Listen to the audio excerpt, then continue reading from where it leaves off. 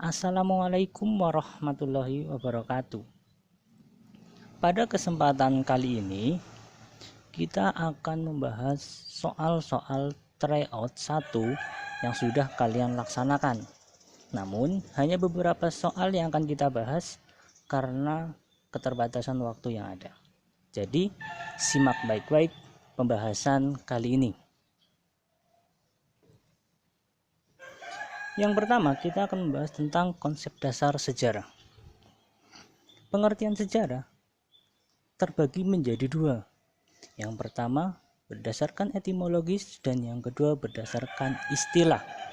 Kalau berdasarkan etimologis, sejarah itu berasal dari bahasa Arab yaitu syajarotun yang memiliki arti pohon. Kalau berdasarkan istilah seperti yang sudah ada dalam layar ya. Terus kemudian kita akan membahas tentang konsep dasar sejarah. Ada 4 konsep dasar sejarah yang akan kita pelajari. Yang pertama adalah periodisasi, yaitu pembabakan dan pengklasifikasian peristiwa-peristiwa dalam sejarah. Kemudian ada diakronik, ada sinkronik, dan yang terakhir adalah kronologi, yaitu urutan terjadinya sebuah peristiwa. Materi yang selanjutnya ini bab selanjutnya, yaitu tentang corak kehidupan masyarakat praksara.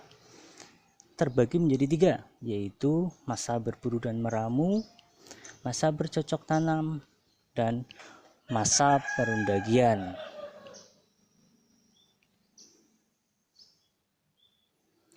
Waktu itu, ada soal yang keluar tentang materi ini. Soalnya yaitu, perhatikan data di bawah ini. Dari data di atas yang bukan ciri khas kehidupan pada masa bercocok tanam ditujukan pada nomor berapa?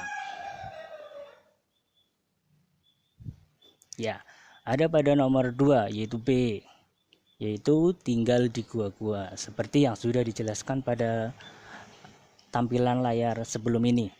Cukup jelas ya. Terus kemudian kita akan bahas tentang pembagian zaman berdasarkan hasil kebudayaannya.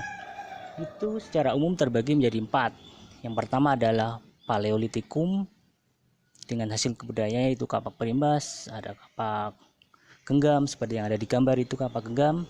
Kemudian zaman Mesolitikum ada hasil kebudayaannya, salah satunya adalah flex, itu juga ada gambarnya.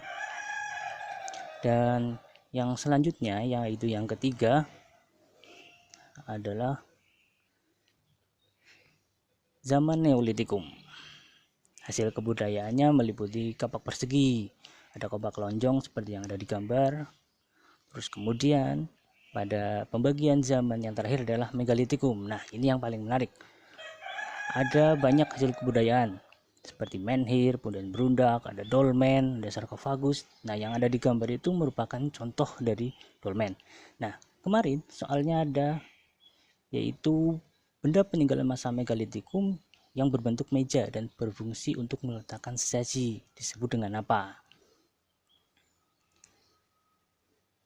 Ya, jawabannya adalah dolmen, seperti yang tadi ada di gambar. Bentuknya seperti meja dan itu terbuat dari batu yang fungsinya adalah untuk meletakkan sesaji.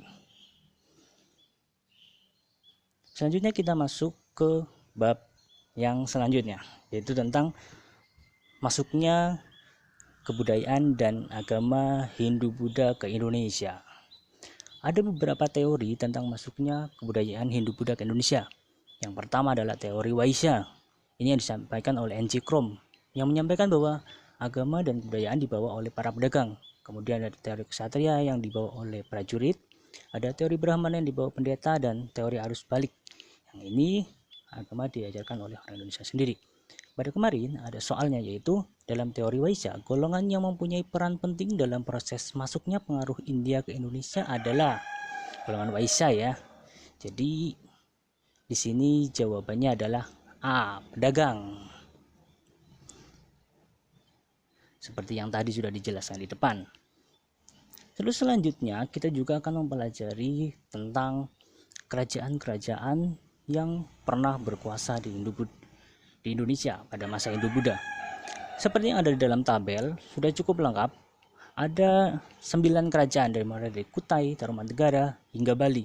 Di situ juga sudah dijelaskan tentang corak agamanya, tahun, letak, dan penyebab dari keruntuhan kerajaan tersebut. Ada yang karena perang saudara, ada yang kekalahan dari kerajaan lain, dan macam-macam.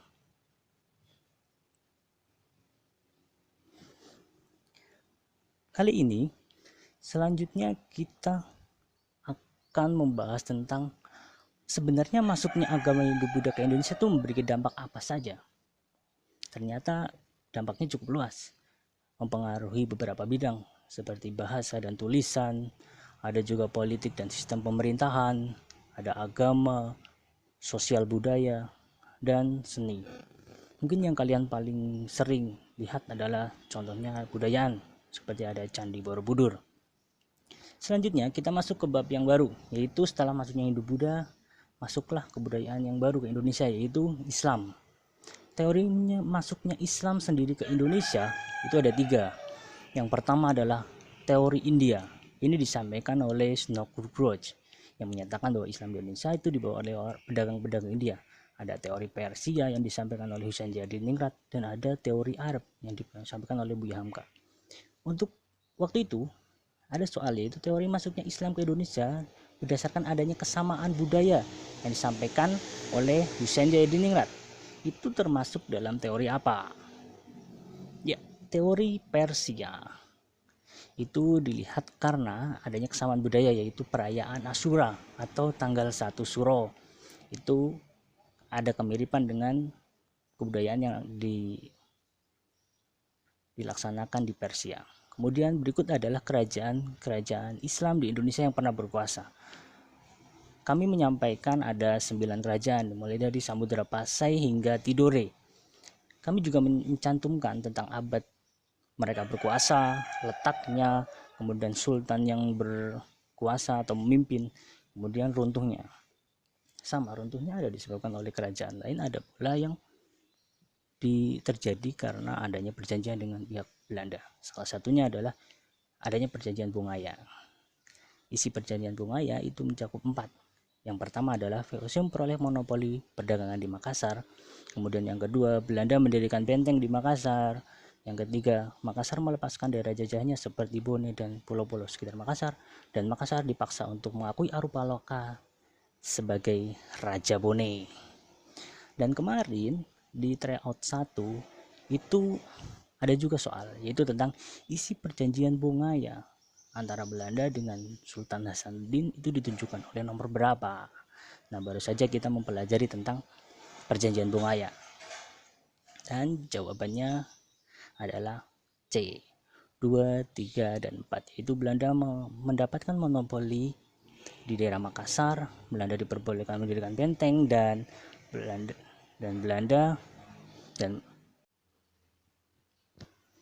Baik, selanjutnya kita akan mempelajari tentang perkembangan penjajahan bangsa Eropa di Indonesia.